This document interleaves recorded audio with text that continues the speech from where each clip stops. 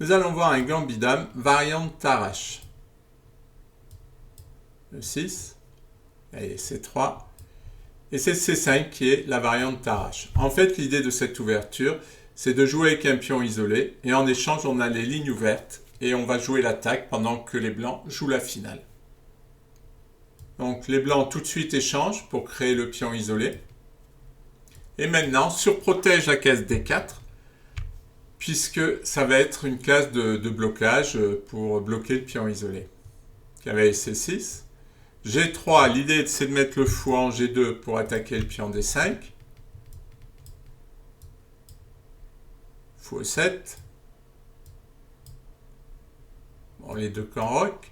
Fou G5, on s'attaque au cavalier qui défend le pion. Bon, là, il échange. H6 pour obliger les blancs à prendre une décision. Alors, les deux variantes sont possibles. Soit on échange, soit on revient en E3 pour renforcer la case D4. Tour E8, les noirs commencent à exploiter leur contre-jeu sur les lignes ouvertes. Bon, tour C1, c'est logique. Et puis en plus, les blancs envisagent d'échanger ici, créant des pions pendants. Fou F8 pour activer la tour. Les blancs échangent et créent des pions pendants. Alors des pions pendants, c'est deux pions qui sont liés, mais qui sont isolés des autres. Et maintenant, les blancs vont commencer à les bloquer. Il faut bloquer ces cases pour les empêcher d'avancer et ainsi mieux les attaquer. Les noirs défendent.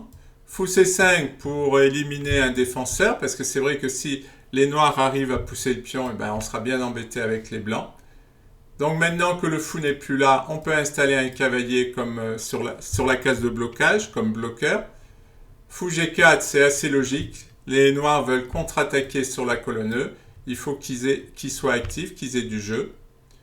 Tour E1 pour protéger. Dame A5, met les tours en contact.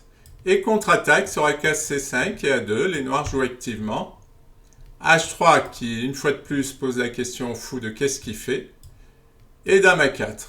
La finale est en faveur des blancs, puisque cette structure de pion est faible. Donc les noirs vont essayer d'éviter la finale, en jouant Dame D2.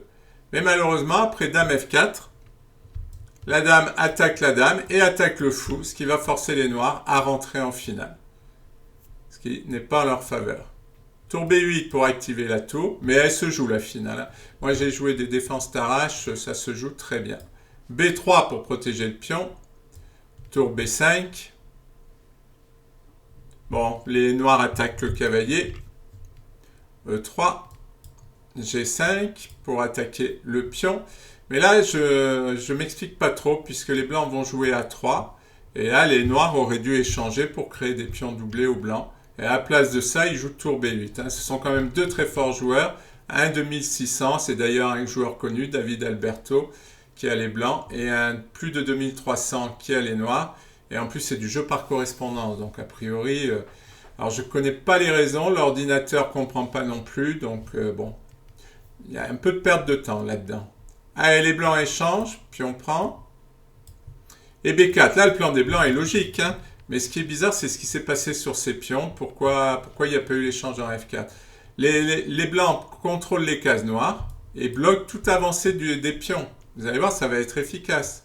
Et maintenant, les blancs réorganisent leurs pièces, c'est-à-dire que ils veulent doubler leur tour sur la colonne C pour attaquer le pion, et ils vont mettre le cavalier en D4, et le pion C6 va être sous forte pression. Donc, les noirs reviennent défendre, tour C5. Autre idée de tour C5, c'est bloquer le pion, mais également jouer tour A5 pour aller attaquer le pion faible. Tour C8 pour défendre le pion. Là, on voit bien que les noirs commencent à perdre pied. Hein, mais quand on a cette position-là avec les blancs au centre, on a forcément l'avantage. Ah, et les noirs essaient de faire quelque chose sur l'aile droite pour attaquer ce pion avec le fou et la tour. Mais la pression des blancs est trop forte. Ils laissent même le pion H3. Donc, tour C8. Bon, on voit bien que les noirs ont perdu plein de temps. Hein. Regardez cette tour. Elle est venue en B5, elle est venue en B8, elle est venue en C8 et maintenant elle va en E8. Là, les noirs, ils sont quand même un peu perdus. Hein. Tour A5, logique pour attaquer le pion faible. Tandis que les blancs ont joué leur plan très... Ils ont déroulé, hein. Ça c'est le plan classique de la Tarrasch. Bon, les noirs essaient de trouver quelque chose de ce côté-là, mais ça ne servira à rien. Tour prend C6, fou prend G2, roi prend G2, tour E4 pour essayer d'amener la tour. Mais c'est vrai que les pièces blanches sont mieux placées, on va le voir.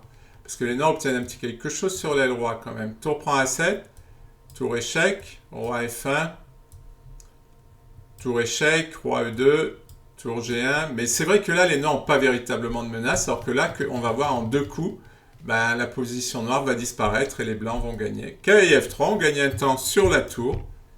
Tour G2 et cavalier E5 qui va gagner le pion F7, voire le cavalier, et voir une menace de mat de l'escalier. Hein. On a les 2 tours qui bloquent et on pourrait bien faire un mat de l'escalier.